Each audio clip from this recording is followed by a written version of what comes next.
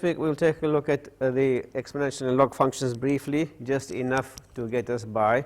There's quite a bit more here that we are hiding behind the results over here. So I'm sure, and I expect most of you would have seen some of this before, which is fine if it's the revision for you.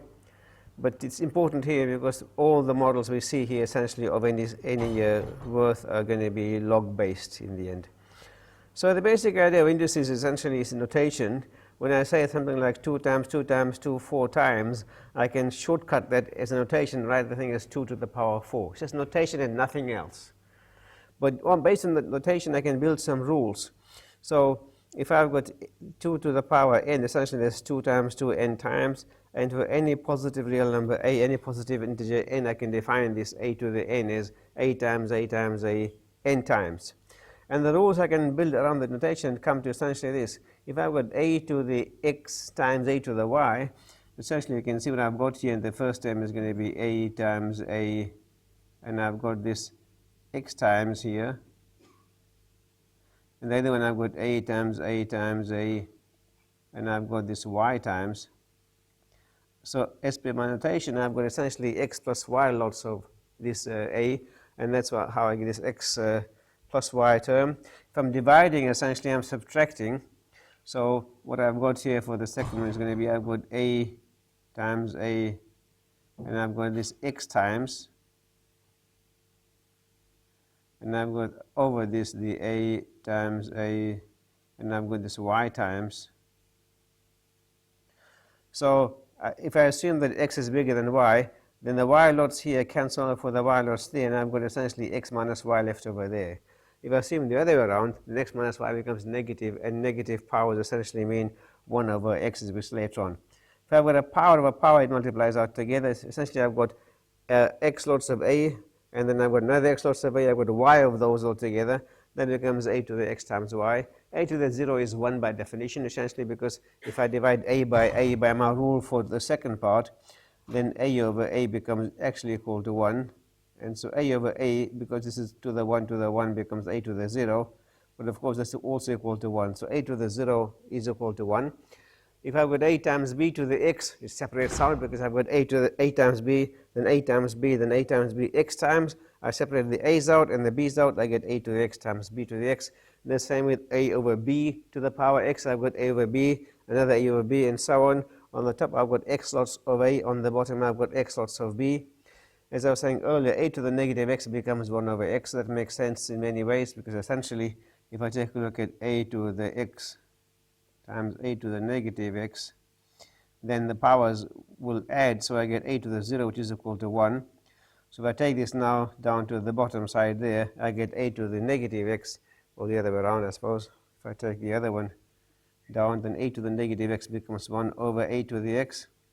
And finally, if I don't have integer powers, I interpret them as roots. So something like a to the half, if I use my rule for multiplication, then a to the half times a to the half is equal to a.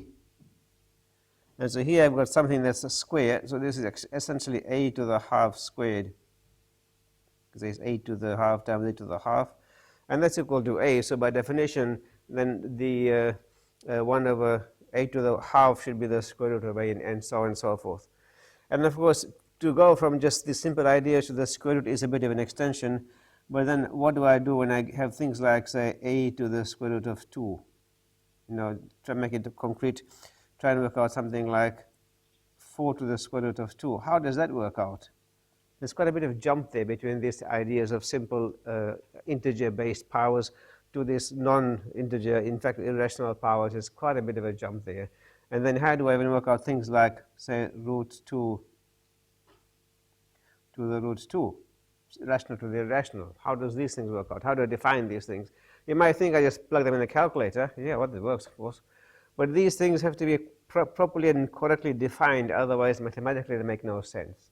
And so these are more higher ideas. We won't go into this. For the moment, of course, all we do is plug them in the calculator and get the answer. But from a maths point of view, mathematics is not something that just happens. It's made, it's created. These things have to make good sense in mathematics, otherwise you'll get inconsistencies in places. So that's the basic idea of powers. And so just simple examples of evaluating these things. So if I got 27 to the 1/3, I can think of this as 3 cubed to the 1/3, and then I multiply the powers here. Power over power becomes multiplication, so 3 times a third gives me 1. That's how I get 3. 216 to the third is, well, that's 6 cubed, and so again it's 6 cubed to the third becomes 6. 64 to the third is 4 cubed to the third becomes 4, and so on. You can see 81 to the 3/4 is 3 to the 4th to the 3/4, and once I cancel the 4s off on multiplication, I get 3 cubed, that's 27. So some of these kinds of things work out nicely by hand. Otherwise, of course, we can always use the calculator for these kinds of ideas. Simplify these things. So here I've got powers of x and I've got powers numbers as well. The numbers multiply, so simply 2 times 3 gives me my 6 over here, and then the powers here is x to the third and x to the 5/3. They add, I get x to the 6/3 over here. Sorry about the font over there, didn't quite work out.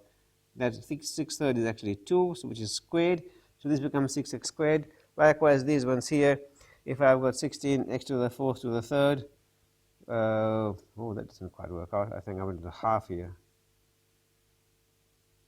So it's 16 to the half times x to the 4th to the half, and of course the root of 16 is 4, and this 4 times a half gives me 2. I get 4x squared, just to get some familiarity with how these things work. That's the power side of things. As I said, there's quite a bit more there than we actually have done here, but just the ideas is all we need. Logarithms work the other way around. So logs and exponentials or powers are exactly the same thing, but viewed differently. So here I've said that the log of x to the base b, so this is the number and this b here is the base, is equal to a. What that means is if I take the base b and raise it to the power a, I get x. So here I'm thinking of this as a log, right? Because log of x to the base b is a. So this is my logarithm. But the same thing here is a power, indice.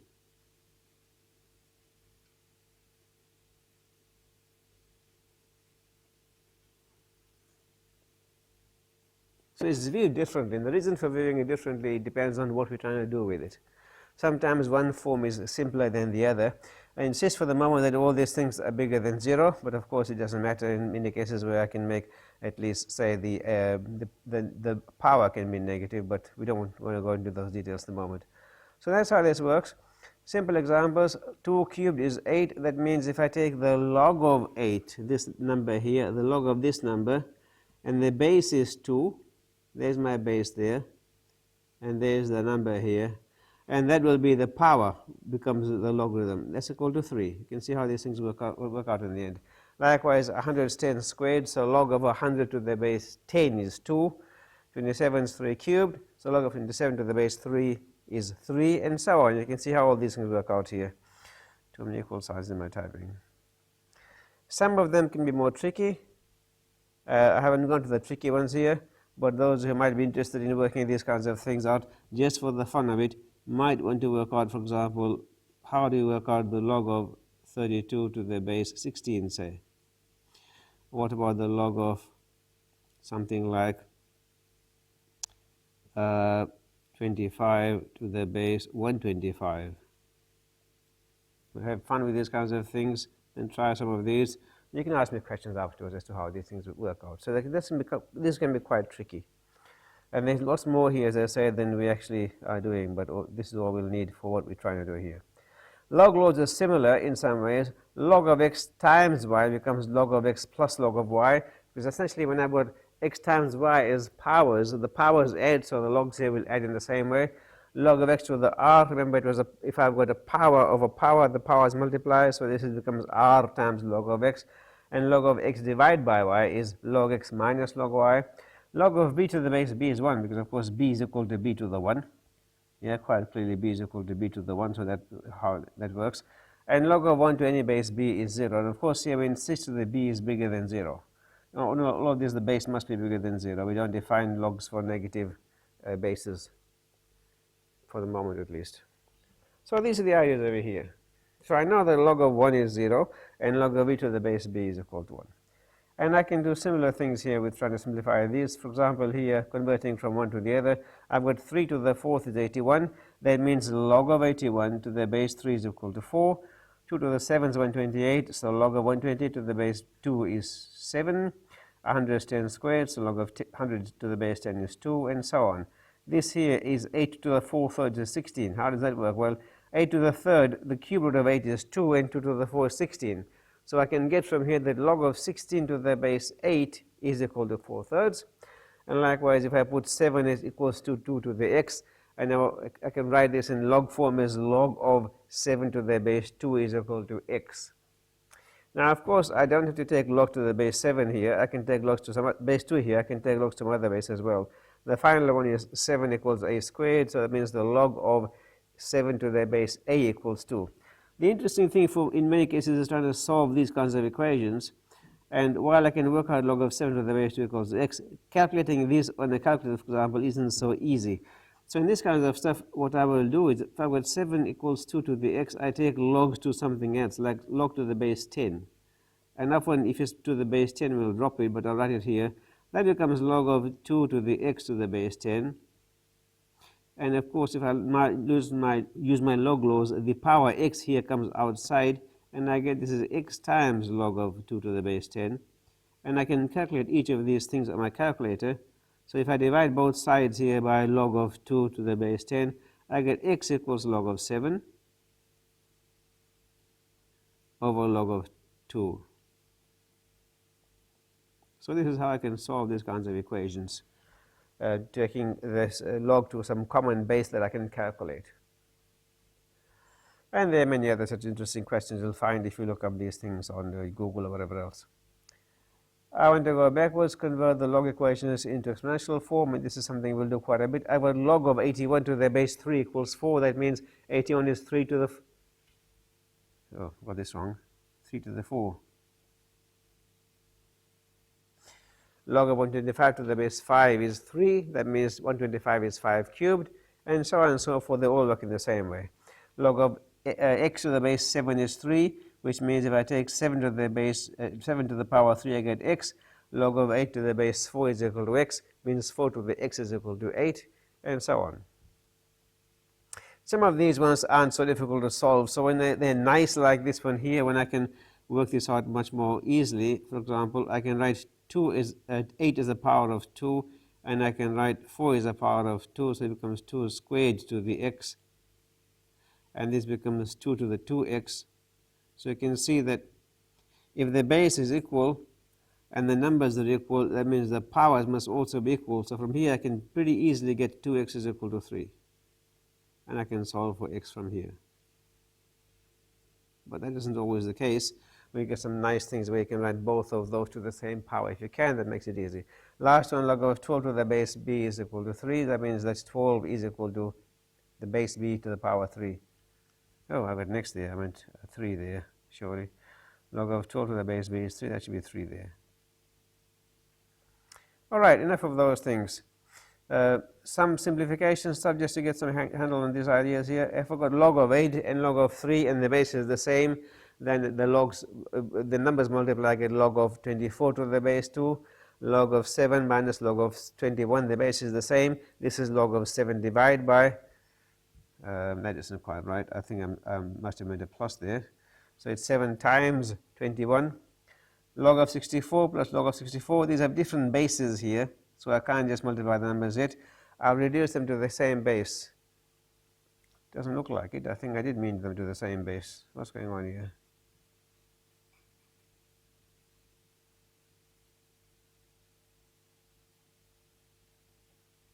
Yeah, I must have been. I must have meant this 16 as well, sorry. So I'll change this to 16.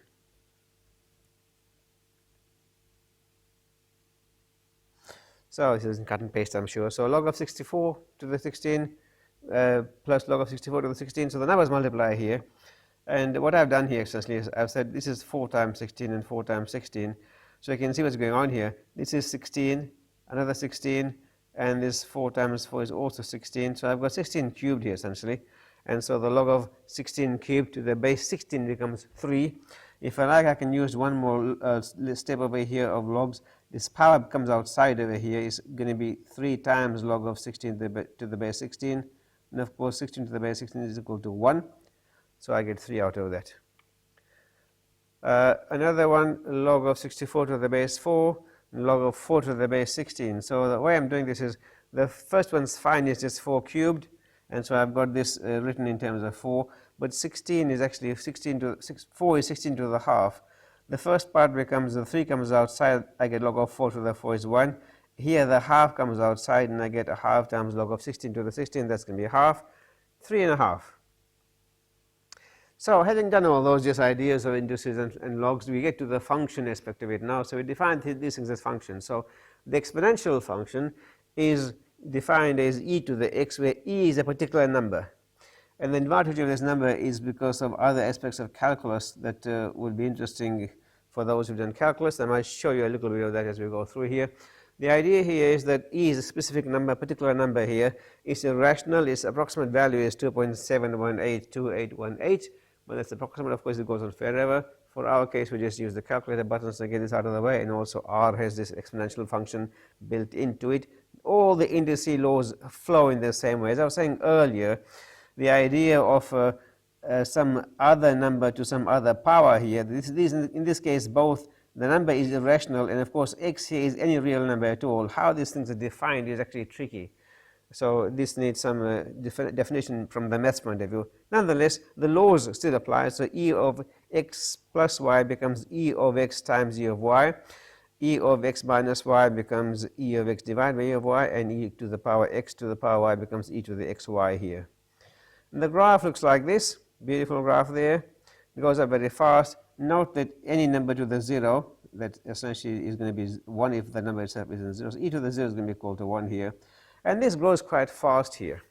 Now, the interesting thing here is the way this comes around in calculus is calculus deals with trying to find rates of change, essentially limiting processes is calculus all about.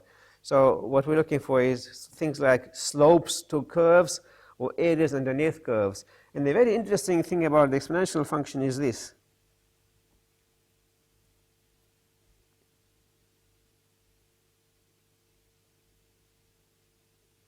If I pick a number like this one here, let's pick a nice number, any number, let's just pick a single point as x over here.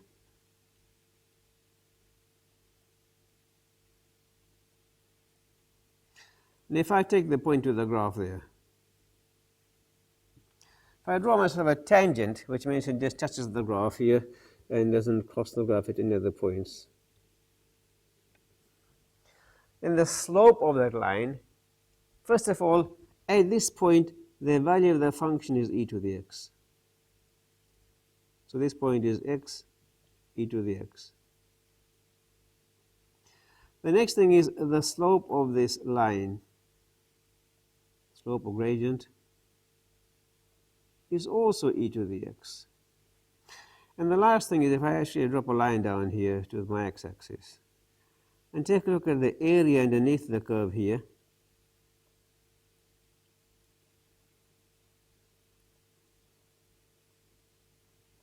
it's also equal to e to the x. This is the only function that has the property. No other function has the property. That's what makes this so special. Yeah? Amazing. The value of the function is e to the x. The line, the tangent line has a slope e to the x, and the area underneath until the point x is also equal to e to the x. So this is what makes it, as I said, so interesting. But this is a useful function, as you will see in many aspects of things we'll try here. The opposite of that, if I can say, use the word opposite, is the log function. And the log function here, usually we write log without a base. That means base e. You might also find this ln thing here as well. That essentially means log of x to the base e here. So that same number e comes in here. All the log laws still apply. So log of x plus y becomes log x times log y. Log of x divided by y becomes log of x divided by, log of x minus log of y, and log of x to the r is equal to r log of x. And of course, log of e is going to be equal to 1, just to make sure that you're clear with that. Log of e to the base e, of course, is going to be equal to 1. And as I saw earlier, e to the 0 is equal to e is equal to 1, and e to the 1 will be equal to e. So if you're trying to get the value of e from r, the thing to do will be just to type in, see, something like, if I type something like e to the 1, doesn't work. Come on. hanging, is it? Looks like my R is hanging. So let me get rid of it.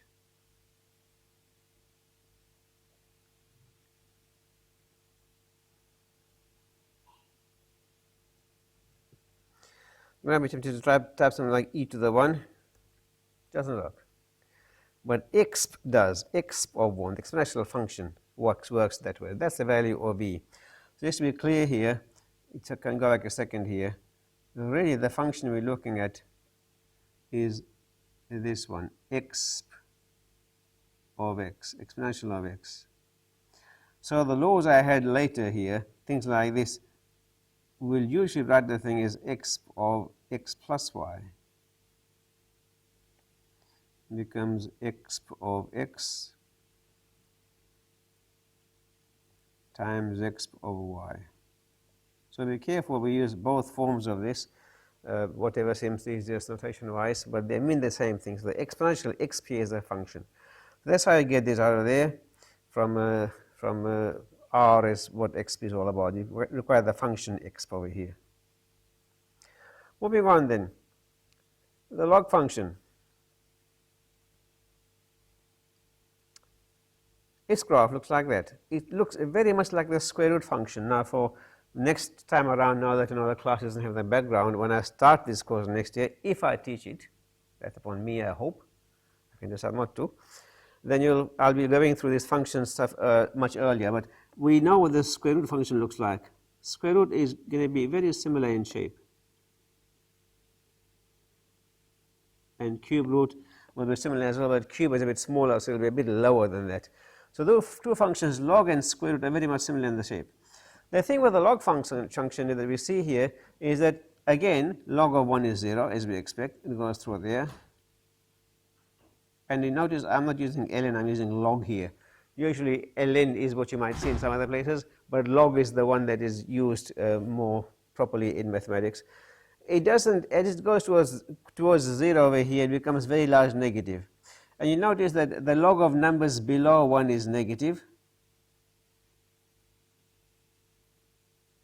Log is less than 0 for x negative. Sorry, for x less than 1. For x less than 1, numbers less than 1, log is negative. And above that, for x bigger than 1, log is positive. The interesting thing here for log is that log and exponentials are inverses, as we expect, right? If I take the square root and square, the thing becomes the same. So log and this other function exponential are inverses. In fact, the way it works is, if I take a look at the exponential function, I know that it used to look like that here. It goes through 1 there and shoots off that way. If I draw here the line y equals x,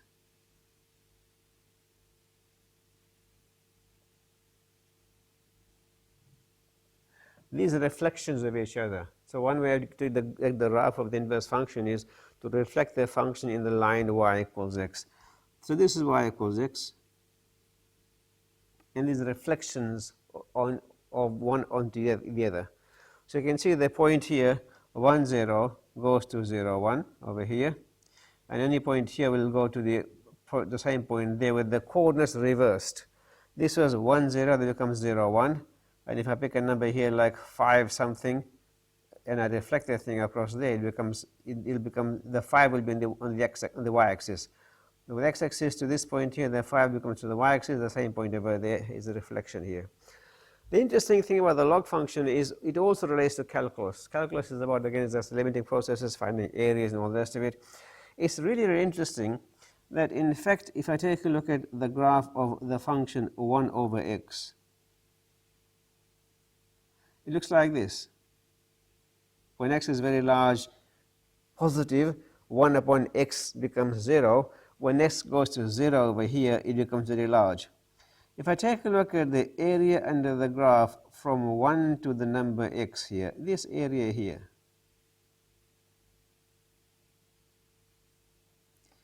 is actually equal to log of x, log to the base e. This is interesting. In calculus, this is amazing in my opinion, I think.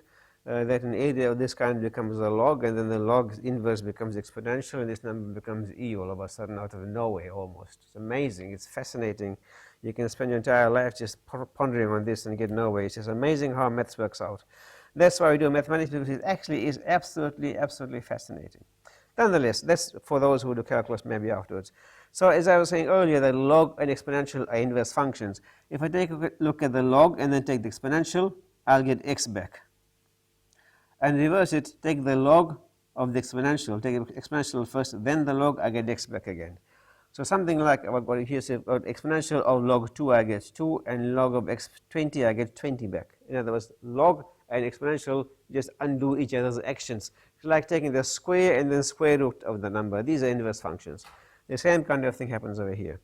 So that's our coverage of log and exponentials in a very, very short half an hour. So we were saying earlier, there's a whole lot more to this kind of stuff. If you've seen this before, fantastic. If you haven't, you might see this later on in maybe some other course you do here, especially those who might be doing something like Math 1721 or some other maths over here. But this is really, really just what we need to be able to proceed here with our models of the kind we'll be looking at here. So that's the first part. Are there any questions with that? This one here. This is y equals 1 over x.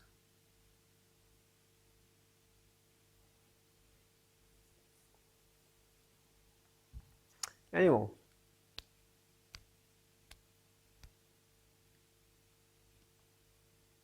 Oh, sorry.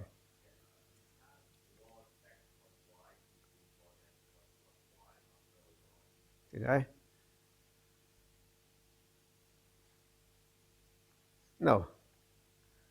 I meant that when I said log, what I meant is log of x times y. So it's log xy, right? Thank you. Yep. Good. Anything else? All right, so let's get to the second part of this session, which is to do with our models. So here we get to proportions again. So here, last week we saw looking at one proportion, how we can do hypothesis tests for that. The idea was, if my data is binomial, as far as hypothesis test is concerned, I can actually look at the p-value by looking at the binomial distribution itself. Now it turns out, if you do any more work, and you can find this in Google and other places as well, binomial distribution can be approximated by the normal distribution, because when you have a large enough value of n and p behaves itself appropriately, you know, np is fairly large, like 10 or so, and n times 1 minus p is also fairly large, like 10 or so, you'll find the binomial is, can be approximated fairly well by the normal distribution. Now that's how we used to do things 20, 30 years ago, when we didn't have these kinds of things like R to help us. These days, there's no reason to approximate the binomial by the normal, because binomial R can handle binomial distributions for the value of n up till 300 billion. That's more than you'll ever need. So why bother with approximation when you can do the exact thing? Yeah. So I'm not teaching that this year, and I've urged some other people to and asked them question: is there any need to teach the normal approximation to binomial given we have these things over here? So anyway, I'm dropping that from the course. You find the thing somewhere else, pick it up. It's just a simple approximation. But what we do need here is, when I get to proportions, that's different, because proportions I need to approximate as a binomial, as a normal distribution, to be able to get inference from there by, well, estimation at least. So I'm now comparing two proportions, and I'm going to look at this thing called odds as well. So the first idea is what we've seen before here, daylight saving. We've got the data from the referendum, but the idea here is, if you look at what the metro versus the regional responses are, in metro we had about 434,000 who said yes, about 85,000, about a little bit more than half in fact, whereas in the regional 85,000 only out of 286,000 said yes. Looks like there's support for daylight saving in the metro, but not so much in the regions. But overall, on average, it came to a no vote because of the votes from the regional WA. So that's what it looks like. So we're going to try and compare to see where the proportion of voters or people who are in favor of daylight saving in the metro is the same as those in the country or regional. Doesn't look like this at all from this data so far. But we can do this using our simulation data. So this is actually the data that was from the referendum itself that you've got here. It's a two-way table. This is often called a contingency table.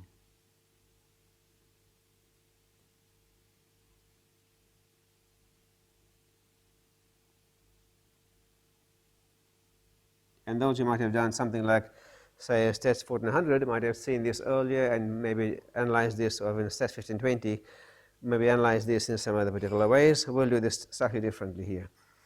So this was the 2009 referendum, and you can get all the data there from the actual referendum itself.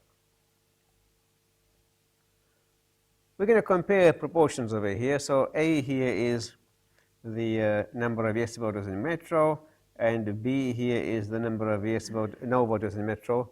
And so proportion of yes voters in metro works out to be about a little bit more than 50%. Not much more, but only just a bit more than 50%. If I do the same with proportions in regional, I find proportion in the regions is only about 30%, much, much lower than that, very much lower.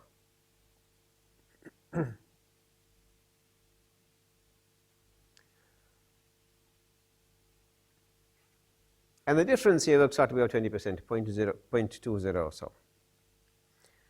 Now, if I'm looking at this before the referendum and trying to work out where I should be campaigning in favor of daylight saving, then of course I can do a sample first, and that was the sample data we saw earlier, and I think there was similar data. But if I can take a look at a sample first to work out where I should be targeting my campaign efforts in metro or regional to try and tip this in favor of daylight saving, then I can look at my sample data and try and work out from there whether the proportions are the same or different, and if they're different, which is bigger, which is smaller.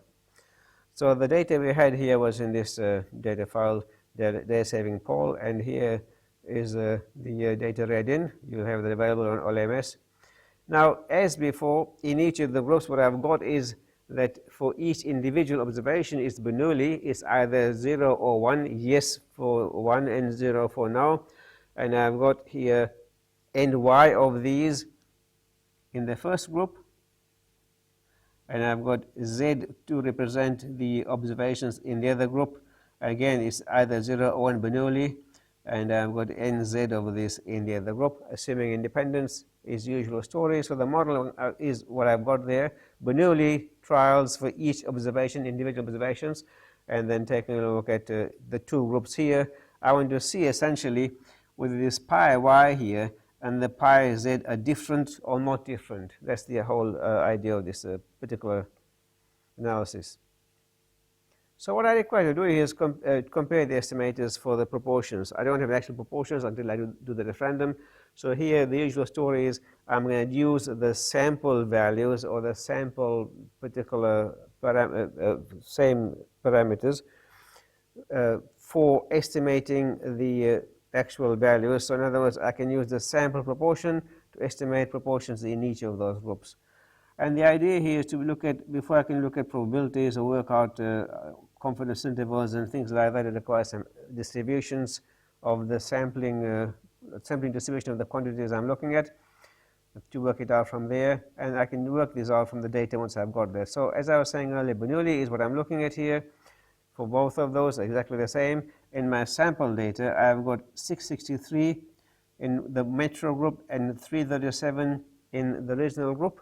And this these two numbers here are supposed to in some way represent the same proportion of voters in metro and regional WA.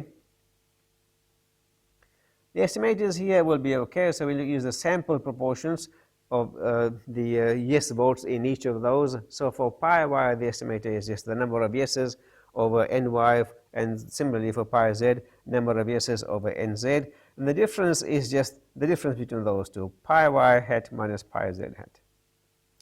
Now, what I want to do is actually do some hypothesis testing for this and also estimate this quantity over here. The difference in proportions is with interest here today. So what we start off by saying is that each of these things starts off being normal. So my and my work from last week would have said, what we would have said here is that pi hat y, its mean value, expected value, is pi y, the thing I'm trying to estimate, and the variance you would have seen last week of this sample proportion is going to be pi hat 1 minus pi hat over n y. Likewise here, the same thing with the z's in there, and more than that, this pi y hat in the end becomes approximately normal. There is the mean, and I don't mean to put hats over there, my apologies. So it's the same mean, but the variance is pi 1 minus pi, and I mean pi y here, over ny. So that's the distribution for pi y hat. The same distribution holds for pi z hat, pi hat z. And the thing with the normal distribution is, if I add or subtract normal distributions or scale them in any way, I end up with distributions that are still normal. So here, if we look at the difference between the pi hat y and the pi hat z, the difference between them will still be normal. And what happens here is the means will subtract. So the mean of the difference, or the pi of the difference, is just the difference between those two on average. So the mean here is actually going to be pi y minus pi z. But the variance will add. So the variance for the first one was pi y 1 minus pi y over ny, and the variance of the second was pi z 1 minus pi z over nz. And this only holds because I'm assuming independence here within the samples and between the samples as well. I'm assuming the samples for metro and samples for the countryside were independent. So the variances will add. So what I'm going to get in the end here is that my pi y is normal. There is the mean that I've got is pi y minus pi z, and the pi d, and the variance of pi d is given by this, pi d hat. So I've got all those things there. So I can base my inference on the difference based on the normal distribution. The hypothesis I'm looking at is, first of all, null, meaning no difference. So I'm assuming that there is no difference between the proportion of voters in the metro and the regional who will vote in favor of daylight saving. But the alternative is that I'm going to get a higher proportion in the metro as opposed to the countryside. So pi y minus pi z is bigger than 0. So this is a one-sided test, which means I should really be using here a significance level of 0.025.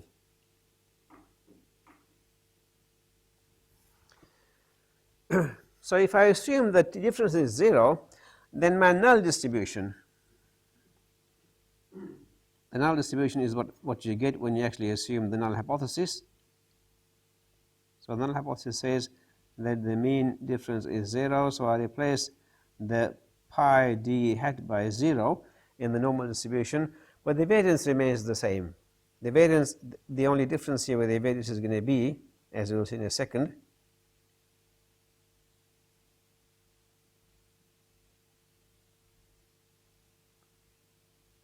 my hypothesis. The numbers, with all the numbers here, I can work them out here. That's my pi y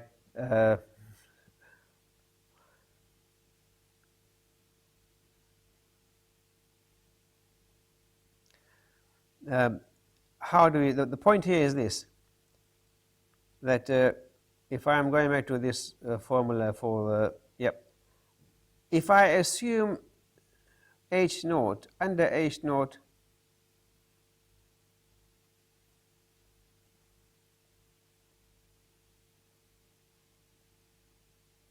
pi y and pi z are equal, right, because the difference is going to be equal to 0 under h naught. The question here is, to be able to work out the variance of the difference here, how do I do it? Because if I assume they are different, they are the same, then there's many ways they can be the same. So what I'm going to do here is this. What we do is we base it on a pool of combined estimates. So if I have got that pi y equals pi z, that must be equal to the overall pi in the data, which is the total number of successes over the total number of trials. So here what I've got is all the yes votes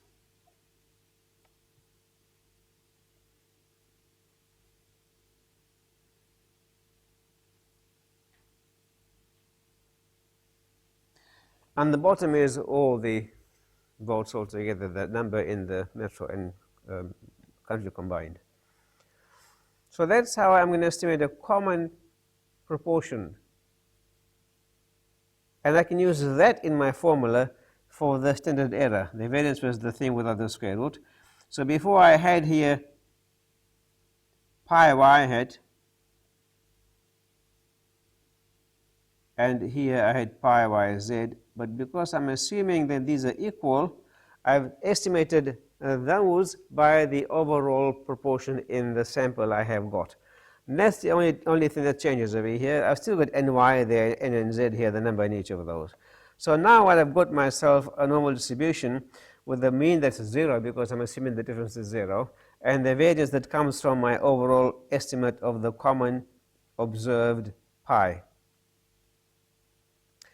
And I can actually plot this, and all that code here is doing is calculation of those particular quantities and plotting them. So this is my overall pi hat observed.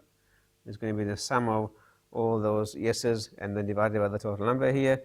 And all this is pretty much a grid here. So the sequence here command you would have seen earlier in the R notes we had is sequence starts from the value negative 2.5, goes to the value plus 0.25, and the length overall is 301. So it takes that particular interval of 0.5 and divides into 301 equal intervals, and then on that grid I'm going to work out the value of my normal distribution and plot that, and that's what I get over here. So that's my value of the normal distribution function, with the mean being 0 over here, and I've got my line there at 0 to show where the mean is. So that's what it looks like. So it's not a very wide distribution. It goes almost as far as about 0.2 either side maximum, really. So this is what I'm getting for my distribution here, based on the calculation of my pi hat over here, which is the common in the entire sample I've got. I'll stop there for a second. Any questions?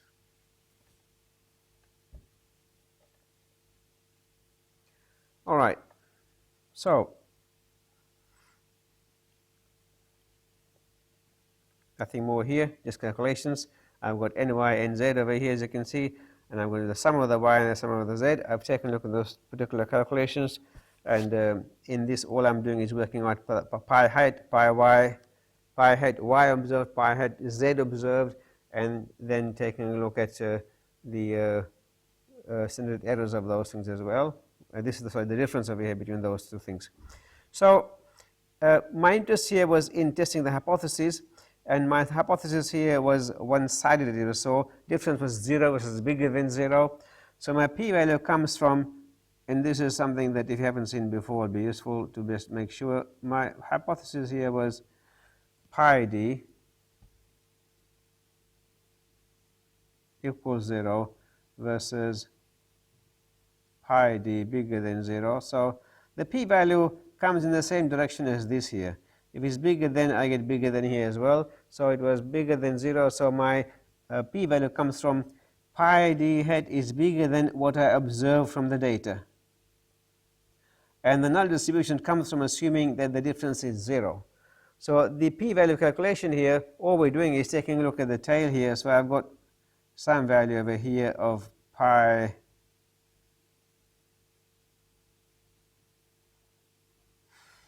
d observed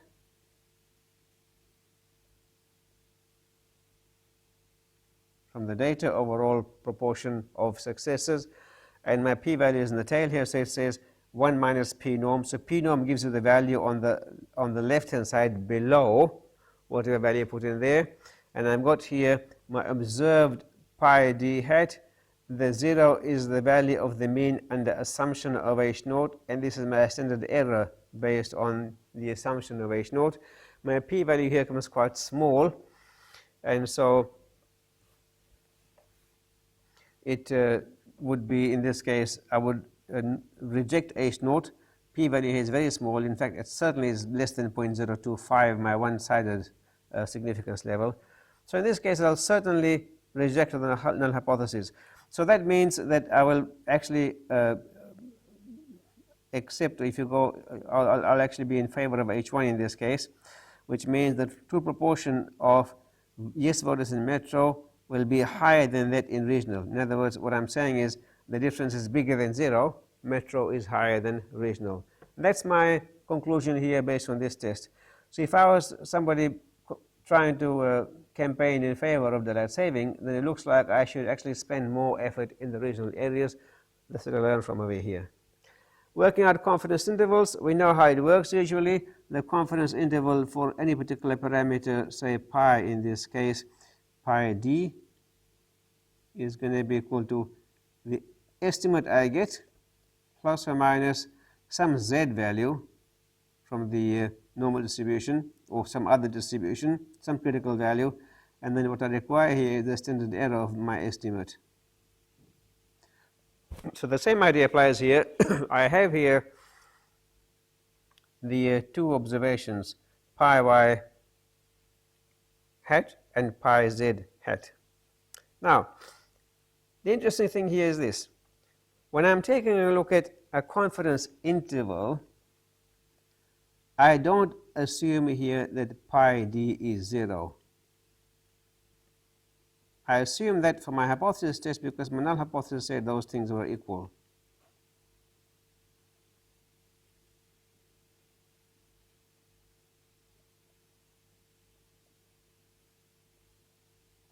Which means here I use the actual values of the pi hats from each of those two groups. So I had the metro group and the regional group, so pi y hat and pi z hat. And that's what I use here to calculate my standard error now. I'm not assuming these are equal anymore. I'm trying to actually work out a difference here and work out the confidence interval for the difference. So the difference here, whatever I get from my data, I've got that. But the standard error actually comes from this formula here, where I've put back the original pi y hat and the pi z hat in there. In the hypothesis test, I had replaced the pi y hat and pi z hat by the overall or the pooled proportion, all the S votes in the sample over all the votes. But here is different, so just be careful with that. R, of course, will calculate these things for you, you'll see later on. So how do I do the calculation? Well, if I'm going to actually do this in R by calculation by hand, all I've got here is the code that does it for me. So the first is here, I've got the standard error for this confidence interval worked out by the formula I had. The upper is the pi difference plus 1.96 times the standard error, and the lower is going to be with the minus there, and that's the interval I get here. Now, remember what I had before was I actually had my H naught was that pi d is equal to 0, and my H1 was that pi d is bigger than 0 in fact. Now, we know that if I have a hypothesis test and a confidence interval, they are consistent. In this case, I did not actually, I rejected H naught, which means I will find the H naught value will not be in my interval, consistent. I rejected H naught, which means I concluded that mu d was, pi d was bigger than 0. And so you'll find here this interval does not contain 0. That's consistent. In other words, the interval says that pi d is not equal to 0.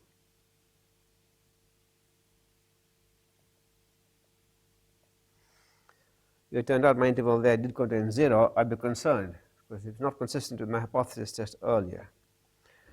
Stop again for a second. Any questions?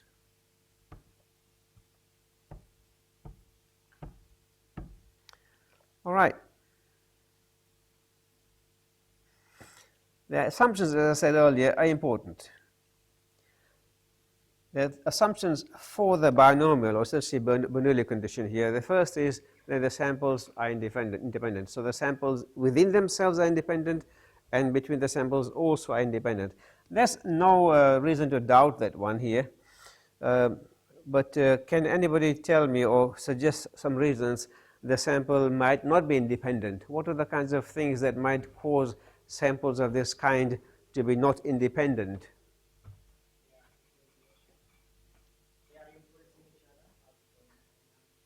Yeah, a bit more information. A bit more information. How will samples here not be independent?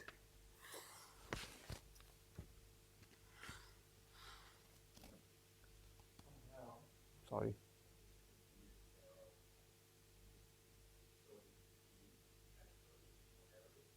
Sorry, I didn't hear that again. Could we? That there? Okay. What are you saying? I was along the same lines, there's some sort of interaction in each group that influences their opinion. Yeah, similar. Something like that. Mr. Naseem, the ideas? Family? Try and take a sample, say, from university students. How many of them are metro? How many of them are actually country? Yeah, mix it up all together. So it assumes essentially that my sample from metro contains only people who actually live in the metro, but they might be from country. Yeah. And the other way around, you're assuming that if I'm taking a sample from the country region somewhere, that only has people who lived in the country. What about FIFO workers? So you need to be careful how you select your sample, right? I sometimes work in the elections just because they're always short of people with good skills. So one of the problems is if you work in an office here somewhere, in one of the election offices here, the problem is that you have so many people coming here to vote who don't live in the area, university students in particular. So you have, for example, election here in something like September, October. You can be sure in the Netherlands electoral office there, you're going to get mostly students here who don't live in this particular area. All countries are somewhere else. Big mess over there. So yes, sampling can be a problem of that kind here. This idea of 10% condition isn't a problem because clearly we've got a very small sample size over here, 1,000 or so, compared to the population of WA is about 2 million or so. The other thing is, as I was saying earlier, that you're assuming that the metro and the regional groups were independent themselves, which were okay. We said that's a problem because you may have people who are in metro but actually live in the country. And this isn't a problem. You've got at least 10 of those. So otherwise, assumptions are very important. So what I've just said here is what's written here, that 95% confidence interval doesn't contain 0, is proportion of difference of proportions here. It doesn't contain 0 and is consistent with what we've got here. But of course, this is just from a simple pole or one pole only, or a reasonably good sample size nonetheless. So these are common themes in statistics actually. You need to have some sampling distributions before you can work things. Now, sometimes this is called the reason it's called sampling distribution here is because the reason it's called sampling distribution is that it depends on how you're sampling. Now, if you go to the library or look up Google, you'll find in the library you'll find whole bookshelves full of books on just sampling, how you sample things. How you sample things actually is quite complex, depends on what you're looking at. If I'm looking at, for example, the attitude of Australians towards migrants, I want to make sure that my sample that I'm picking here it reflects also a proportion of ethnic groups in Australia. If I've got a high student more and pick a sample from there, I'm not going to get very many migrants. If I come and pick something from the university area, I might get lots of international students. So I can have biased samples that way. So be careful how you select samples because sampling is a very complex thing altogether. Nonetheless, you can see the ideas here. All these things are the same as we've discussed and said before here. The idea or the problem with comparing proportions the way we're doing it is there's several problems with this. One problem in particular is that the variance of the binomial distribution or binary data depends on the mean, which is pi essentially in this case. Look at Bernoulli random variable. Bernoulli with the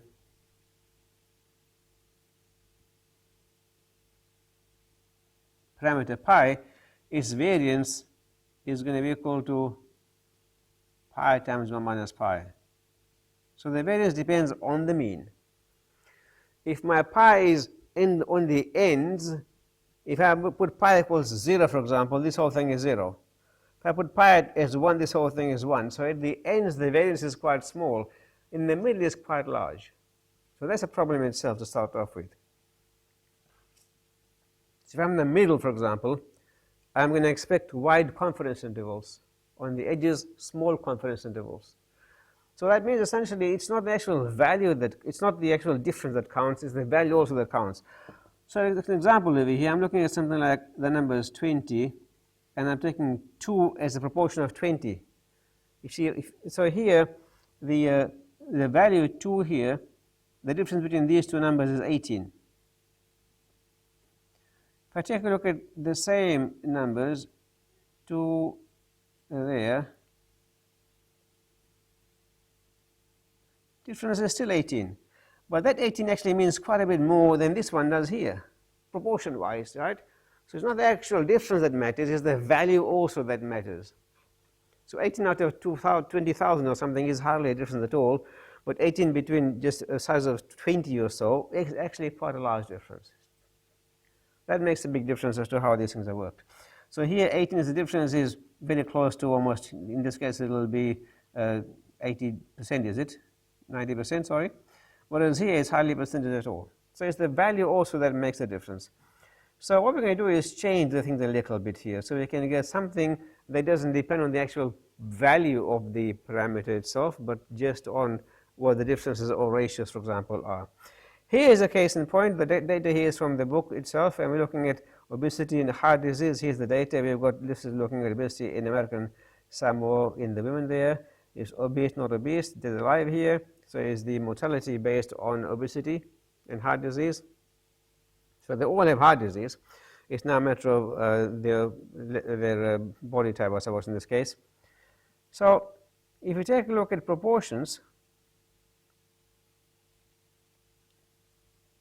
of obese women in this random sample,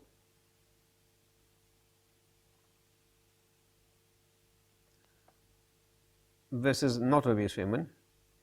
So you look at the proportion, in this case, of obese from the random sample. This can be 2,000 out of 3,000, as opposed to 1,000 out of 3,000. In other words, about 2/3 to 1/3, much more. Quite a large difference there. But my point here is to look at heart disease here. So I'm looking at here proportion of obese people dying from this heart disease, as opposed to those non-obese dying from heart disease, right? So back to the table here. I'm looking at proportion of obese versus not obese dying of heart disease. Difference is before is a difference of proportions. I'm going to have the same distribution, which is normal with mean 0 and some variance of d hat in this case. And as we did previously here, if I'm looking at the hypothesis test, then my variance of d hat will be worked out by a common variance, as we saw earlier. The numbers are all here. I've got the calculations done here. So what I need to work out here is I've got proportions done over here. I'm going to work out the standard error of this to start off with as we go through here. And here is the common proportion of the number of proportion of deaths in the entire sample I've got here. So my standard error comes out to be exactly the same as calculations as before. I've got the common proportions over here and difference with 1 minus 1 that there. And this is the sample sizes for each of those, obese versus not obese. Everything is as before, but just calculate it out here for you. Check the numbers here to make sure you've got them all right. This should be nothing much more different from that. And you'll repeat this in the lab this week so you can have practice with this. So all that's as before.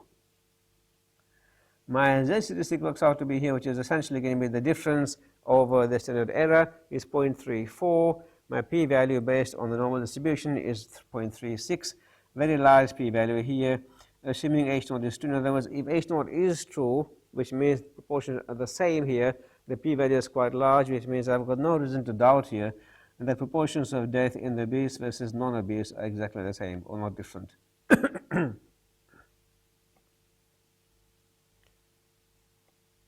That's what we agree over here, right? Proportions are the same.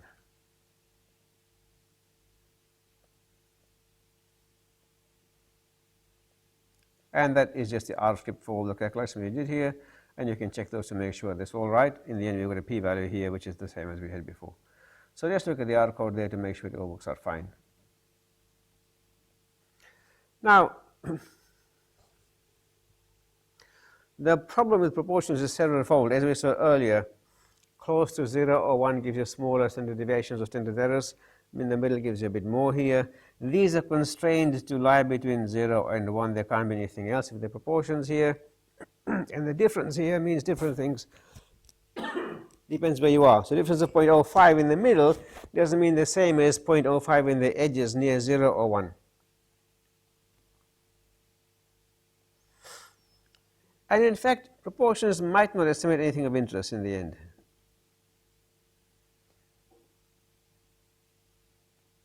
Because it says here in retrospect studies where you've got case control studies, for example, your sampling is done on the response variable itself. It depends on what your response is as to how you sample things here. So that's a problem here, you see, because you might be looking at people with disease straight away. That makes it a problem. So what we do instead is look at this other idea called odds ratio. Now the way odds works is this. The binary case, if pi is the probability of success, then 1 minus pi is probability of failure, and the odds of success is probability of success over probability of failure. Now if you have any interest, any knowledge of the gaming industry, then they usually will offer odds or express things in terms of odds. Odds of failing versus passing, for example. Here's odds of success versus failure here. So what this does is it gives an idea of how much more likely success is compared to failure. And the important thing here is that gives you some idea of how different these things really are. And so, an example here, if it says probability of rain tomorrow is 0.91, then the odds of rain is 10. Now this is more likely to rain than not rain, and the ratio here is 10. 10 times more likely to rain than not rain. And to convert probability to ratio essentially is the same idea. It's 1 minus, it's pi over 1 minus pi. So you take a look at each of these here, work them out, and you'll find here is 0.1 is essentially the two ends are opposite of each other in some ways. When it's 0.1 here, this is 1 over 9th. It's 9.9 here is essentially going to be the other way around, 9 over 1. So the odds will increase, if you like. In this case, as probability increases. That's all fine, but the more interesting thing for us is look at the plot of this thing. So here's properties of the odds here, probability of success and the odds of success here. You can see this is nothing more than the plot of the previous data in some way. It goes up as probability of success goes up. But more interesting for us is this idea that while proportions lie between 0 and 1, odds don't have to. They can keep going forever. They can keep going towards infinity. And I can reverse this here. I can work out from what odds to probabilities again. So if I've got odds is omega, then probability of success becomes this essentially. So if I've got my odds is omega, then I get here pi over 1 minus pi. In all this, I just solve for pi. You'll get pi is back to W1 plus W, which is fine because W is a real number, positive real number, which means W of 1 plus W is going to be less than 1. And so if I look at odds of failure, of course, it's the other way around. Odds of failure is 1 upon omega. It will work in the same way because if I look at odds of failure, then of course it's going to be 1 minus pi over pi. And that's 1 over the odds of success, which is all good as well. If odds is less than 1, which means that means success, odds of success is less than 1, success is less likely. And if odds is bigger than 1, then success is more likely. If odds is equal to 1, that essentially corresponds to pi equals a half, 50-50.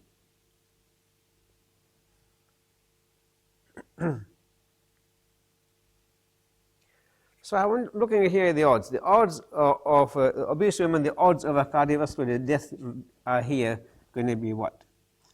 So this is for obese women. So probability of death is 16 over 2061, and the probability of being alive is 2045 over 2061. So the 2061 cancels off here. all I get is the probability of essentially the number who are dead versus the number who are alive. This is my odds of dying of cardiovascular disease for obese women. Likewise, for non-obese, it's going to be 7 over 10 or 4. Now, the numbers here, look at them, they're quite a bit more closer than the probabilities were in that case, because probabilities were here essentially, well, not so different either, but still the odds here you can see are very much closer here. If I look at the ratio of those two odds of dying of cardiovascular disease for obese women versus non-obese women, over here normal weight women, it's very close to 1. So in this case, I would expect not much difference here. Now, the other issue is, in practice, what we do is we look at the logs of the odd ratio for a reason you will see in a second. And if I look at the graph of the log of odds ratio, well, first of all, here the odds ratio of 5, as I worked out here, works out to be okay. Essentially, it works out to be here for, in this case, for obese women, the odds is A over B, and here the odds is C over D. And so I want the ratio here is A over B divided by C over D. And of course, what happens is when you divide by a fraction, you turn the thing upside down, multiply here. Then it becomes A over B times D over C. That essentially works out to be A times D divided by B times C. Cross product and divide. A times D divided by B times C. That's a nice, easy way to work it out from this kind of tables over here. Now, it's actually much more informative because you get values as either close to 0 or they go far away. And if I look at what thing I'm trying to get over here is that sometimes in the beginning odds ratios feel a bit confusing, but they really aren't. Because if I'm looking at, say, for example, diseases or looking at, say, look at the rate of cancer among smokers versus non-smokers, you can say that the odds of getting cancer for smokers is 10 times that for non-smokers. That gives you some idea of the relative difference between these two things over here. You might be interested in the probability of getting cancer if you smoke versus not smoke. That might not be estimable from your sample, or it mightn't mean much here. But the odds gives you an idea of how much worse it is if you actually are a smoker in this case. The other thing is, we often don't look at the odds as we have here. This is the odds versus the odds ratio. What we look at instead is the logs of this. And this is all just saying not much more, just ideas of observed versus what your data actually says versus the actual value. But if I go a bit further ahead here and look at the logs of the odds ratio, then it's approximately normal. This is the idea. While my odds ratio isn't normal, the log is very close to normal, and the mean is just the log of the phi, and the variance is actually whatever I get from this particular calculation. I can actually calculate these things out here, the variance in particular, and it works out to be this here for a two-way table as I've got there. If I go to a ratio of two particular odds in this case, so odds ratio, two particular odds, then the variance works out to be this. Now, this is the formula we'll be using, not where it comes from. We're not concerned also with that. But if I look at the graph of this in this case, what I have here is, if I can go further ahead, is this is the graph of the odds ratio, and this is the graph of the log odds ratio. You can see the log odds ratio is actually very much near normal. The problem is this one, while it does look normal here, is constrained to be above 0, and so in some way what it can do is it can't go below 0. It might bunch up a little bit near 0, but then struggles out to a tail. So this is essentially right skewed data.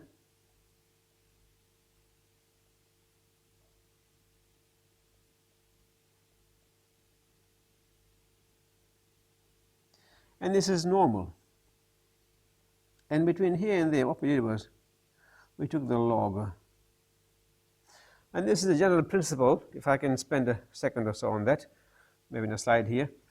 If I've got data that's right skewed,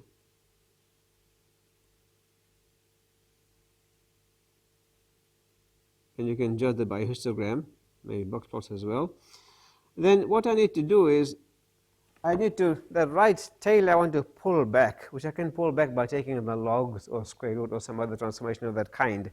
So square root or log gives me symmetry. It pulls the tail in. That doesn't surprise you, because if I take a look at something like data that looks like, say, look at 4 and 25, they're quite far apart. If I take a look at the square roots, they become 2 and 5, much closer together. So it pulls far away things together closer. If it's left skewed,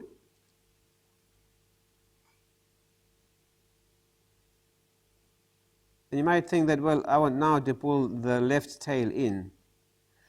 Remember here, the square root of log pulls the right tail inwards.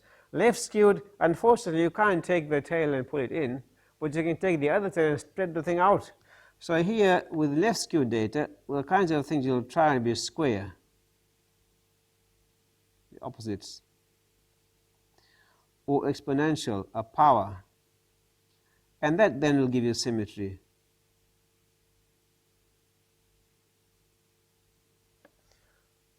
So when you see data next time and you have problems with trying to make it more symmetric, if that's your interest, then maybe this is the kinds of things you'll look at.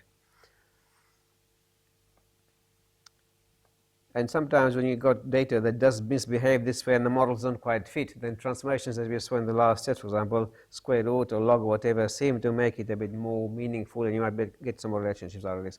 So here, the logs of the odd ratio is nice and normal, and so I can base my inference and my hypothesis testing plus my estimation on the normal distribution, and that makes things a lot more easier. So this is how the whole thing will work in the end now. We can base everything on normal distribution.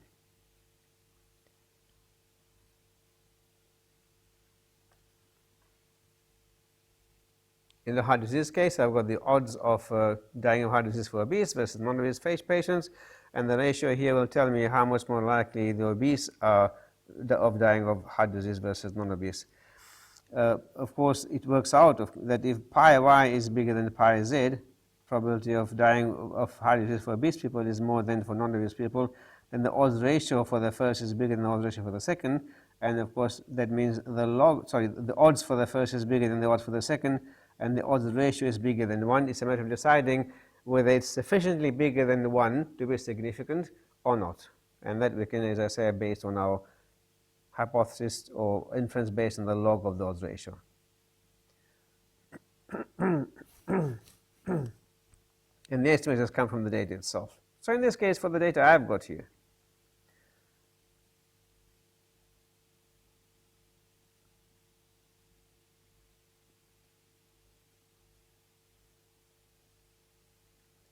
as we saw earlier, the way it works is you can work out the odds ratio very fast by cross multiplying and dividing. So it's 16 times 1044, and 7 times 2045 divide. So this is our odds ratio of death. This is obese compared to non-obese people of heart disease. Hypothesis here is going to be the odds ratio is bigger than 1 versus equal to 1 versus bigger than 1. If I look at the thing from the log point of view, equal to 1 means 0, and of course bigger than 1 becomes bigger than 0. This is far more useful in many sense, because this comes back to the idea of null, if you like. Null meaning nothing's happening, 0 is a nice idea here. And so the log odds ratio here of when these things have the same odds is going to be 1 versus 0 versus bigger than 0 otherwise. And I can base this on my normal inference as before. The variance of this I know works out to be this here, and in fact there's a shortcut here which I'll get to in a second, but I've got all the numbers here. I've got the number from the first sample size, I've got the pi observed from the first sample size, and so on. I can work this out very easily. And there's the calculations over there, and the p-value comes to 0.364. Now if you compare this with the other p-value earlier, you find it's not too different. It's part of the same ballpark figure in the end. And so in this case, again, we will not reject the null hypothesis. There's no evidence here to suggest any difference between the odds of dying from heart disease for obese versus non-obese ladies in this case. Now, p-values are fine, this is given there. There's a shortcut for calculating this over here. So the way it works is this. What I had the data here was essentially A, B, C, D, yeah? So the number in the first group, ny, is actually A plus B. And the pi observed here is going to be A over A plus B, and 1 minus that will be the B over A plus B, because A plus B is equal to 1. Now simplify this out here. I'll ignore the second term for the moment. You can see that 1 pair of A plus B is cancels off here, and this becomes essentially 1 over AB plus A over A plus B. Now in fact, if you work this out, this actually is 1 over A plus 1 over B.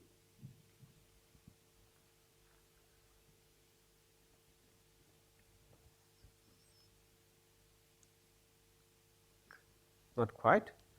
It's actually 1 over that.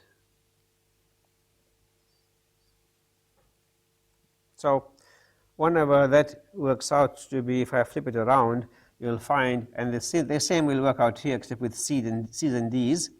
What you'll find is, what I'm going to get over here is the variance or standard deviation comes out to be 1 over A plus 1 over B. As I was saying, is 1 over that over, one next to 1 over there here.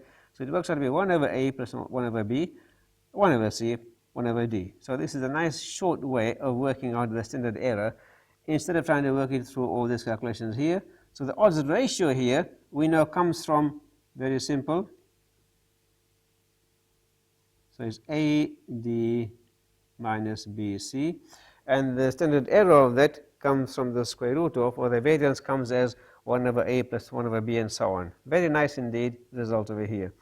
So from this data here, as you can see, my odds ratio is going to be AD minus BC, and the square root of the sum of the reciprocals 1 over A, 1 over B, 1 over C, 1 over D gives me the variance straight away very easily indeed. You can use this in your lab when you get there later on today. So in this case then my confidence intervals comes nicely. I've got the observed value here of the odds ratio, it's log I take, and I've got the variance of the log odds ratio. I take the square root of that and I can find from there the calculations. In this case you'll find what I've got here is my confidence interval for the odds ratio. Log odds ratio is that much here. Sorry, my log odds ratio comes from here. And so in this case, if I want the actual odds ratio, I just take the exponential of those, right? So the log odds ratio is the numbers I've got is UL and LL. UL and LL are my upper and lower limit for the log odds ratio. And the way it works in statistics very nicely is if I've got the estimates over there, you found the estimates of the actual values. So these are log phi, and to find phi here, I take a look at the exponential of those, and I get the actual values of the confidence interval, lower and upper limits of the odds ratio itself. You will find it contains 1 here.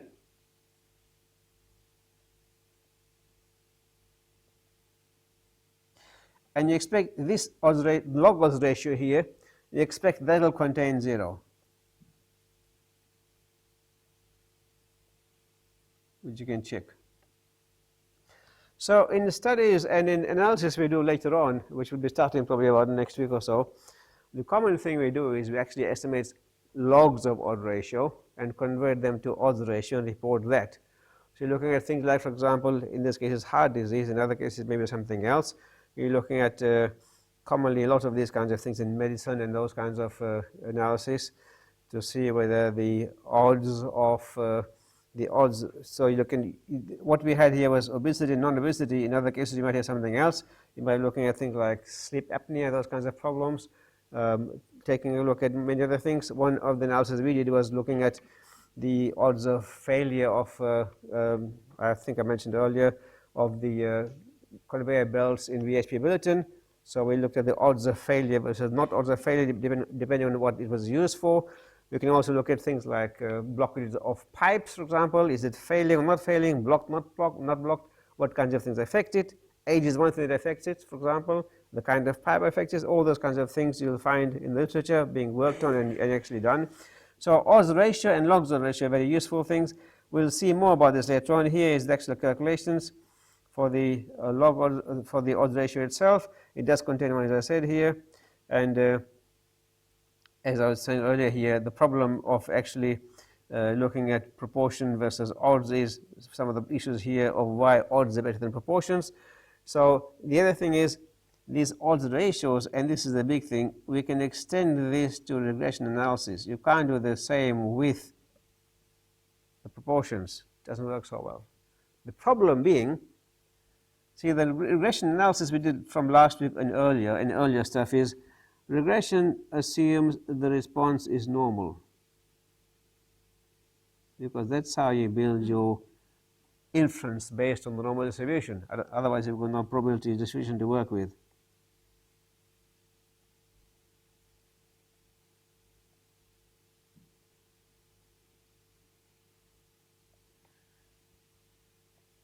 At least approximately normal. And we saw that the logs of the odds ratio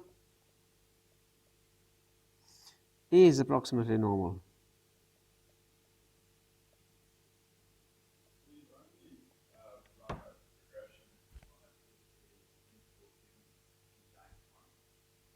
No, not the case.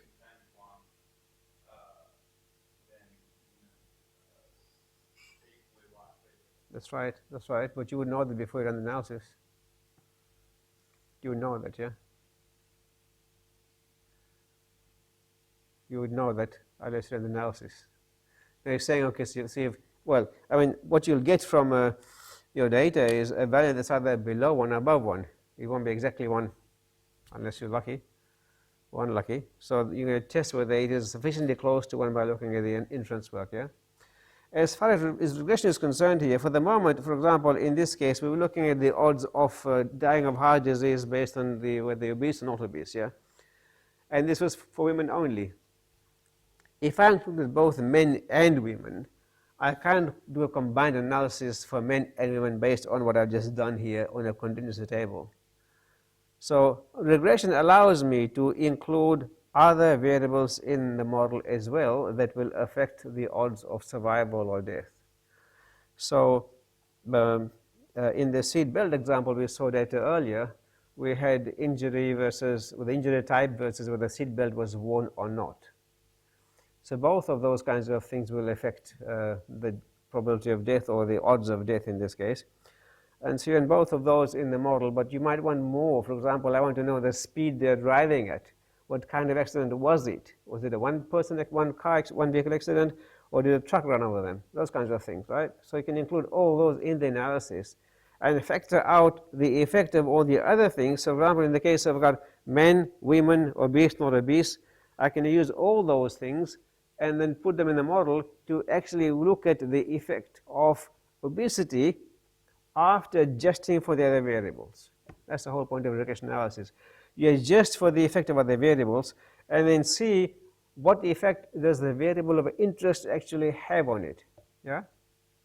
And that's the whole thing, as I say, of regression. We'll see that as we go through. So in most experiments or most studies, medical studies in particular, you may be interested in the effect of the drug, and that's all you want. But you see, you're doing a treatment here for a group of people and a control for another group of people. You want them to be exactly the same, but they never will be. So you look at things like gender for the groups, the individual subjects, look at the overall health status by some kind of index, look at their height, their weight, their gender, ethnic group, maybe all those kinds of things. You bunk them all in the model, and after adjusting for all those things, you're really interested to see whether there's a difference between the two treatments, your treatment and your control. In other words, does the treatment have an effect on the outcome for the patient? That's the whole point of regression. You adjust for all the other variables that are confounding, take them out, and then see the effect of the actual variable of interest. Any questions? We've done quite a bit in the hour over here, and you may have some concerns about how these things work with odds and odds ratios and everything else. Have a look at those things, work through them in the lab. As we go through this, you will find things become much simpler because we never do anything else but look at the odds, log odds ratio. That's all our only interest is. Yep. What did you, I didn't quite get what you said when you talked about the variance of Yep. log ratio, Yep. log of the odds ratio. How did you derive that? This one here. Yes. Okay, this formula is given to you, right? I'm not going to tell you where it comes from, but the easier way to work it out is by this formula here. Same thing. And with the algebra here gives you from 1 to the other. So here ny is a plus b in a table of this kind, a, b, c, d. For proportions for the first row, ny is a over a plus b. Yeah. This in the first place. Well, that's a bit more tricky. I'm looking at so here I've got the logs of the odds ratio, not just the odds ratio, right? Because the odds ratio isn't so bad. I mean, even odds ratio, see, when I've got something like